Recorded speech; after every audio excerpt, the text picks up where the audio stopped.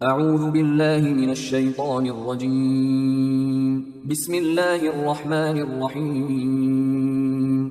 سورہ بقرہ آیات نمبر 282 تا 283 میں قرض کی دستاویز تیار کرنے کا طریقہ کار اور ضروری احکام۔ آیات نمبر 282 قرآن کی سب سے طویل آیت بھی ہے۔ اعوذ باللہ من الشیطان الرجیم۔ یا ایہا الذین آمنوا اذا تداینتم بدین الى اجل مسمى فاکتبوه۔ اے ایمان والو، جب تم ایک مقررہ مدت تک کے لیے قرض کا معاملہ کرنے لگو تو اسے لکھ لیا کرو۔ وَلْيَكْتُبْ بَيْنَكُمْ كَاتِبٌ بِالْعَدْلِ وَلَا يَأْبَ كَاتِبٌ أَن يَكْتُبَ كَمَا عَلَّمَهُ اللَّهُ فَلْيَكْتُبْ وَلْيُمْلِلِ الَّذِي عَلَيْهِ الْحَقُّ وَلْيَتَّقِ اللَّهَ رَبَّهُ وَلَا يَبْخَسْ مِنْهُ شَيْئًا۔ اور کاتب یعنی لکھنے والے کو چاہیے کہ تمہارے مابین انصاف کے ساتھ لکھ دے، اور کاتب لکھنے سے انکار نہ کرے، بلکہ جیسا کچھ اللہ نے اسے لکھنا سکھایا ہے اس کے مطابق لکھ دیا کرے، اور دستاویز کا مضمون وہ شخص لکھوائے جس کے ذمہ حق ہے یعنی قرض لینے والا، اور اسے چاہیے کہ اللہ سے ڈرے جو اس کا رب ہے، اور لکھواتے وقت قرض کی رقم پوری لکھوائے، کچھ بھی کمی نہ کرے۔ فَإِن كَانَ الَّذِي عَلَيْهِ الْحَقُّ سَفِيهًا أَوْ ضَعِيفًا أَوْ لَا يَسْتَطِيعُ أَن يُمِلَّ هُوَ فَلْيُمْلِلْ وَلِيُّهُ بِالْعَدْلِ۔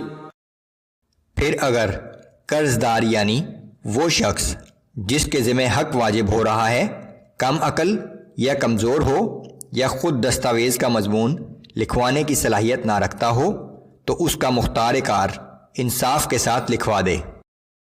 وَاسْتَشْهِدُوا شَهِيدَيْنِ مِن رِّجَالِكُمْ فَإِن لَّمْ يَكُونَا رَجُلَيْنِ فَرَجُلٌ وَامْرَأَتَانِ مِمَّن تَرْضَوْنَ مِنَ الشُّهَدَاءِ أَن تَضِلَّ إِحْدَاهُمَا فَتُذَكِّرَ إِحْدَاهُمَا الْأُخْرَى۔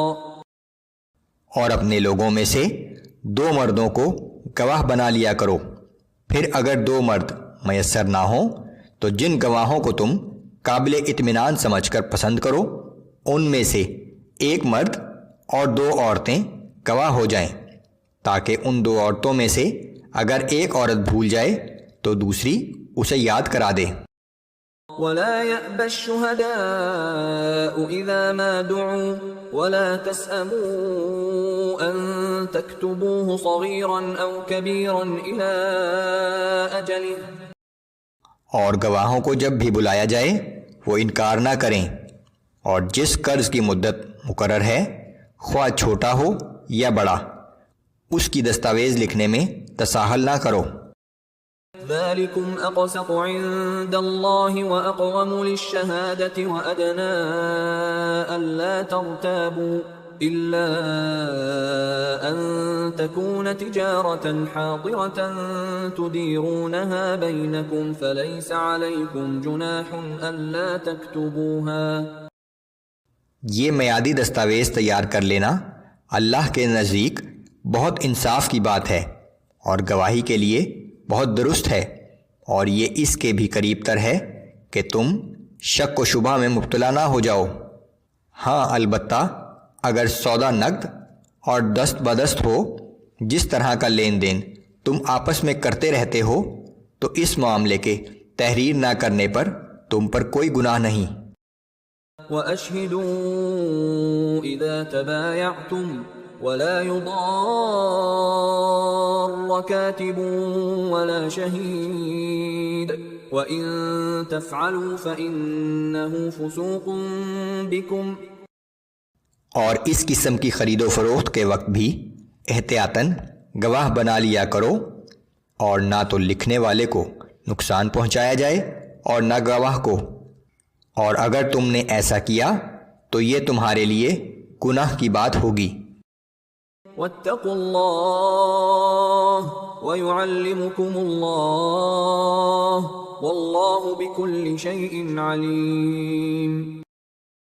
اور اللہ سے ڈرتے رہو، اور اللہ تمہیں باہمی معاملات کی تعلیم دیتا ہے، اور اللہ ہر چیز کا خوب جاننے والا ہے۔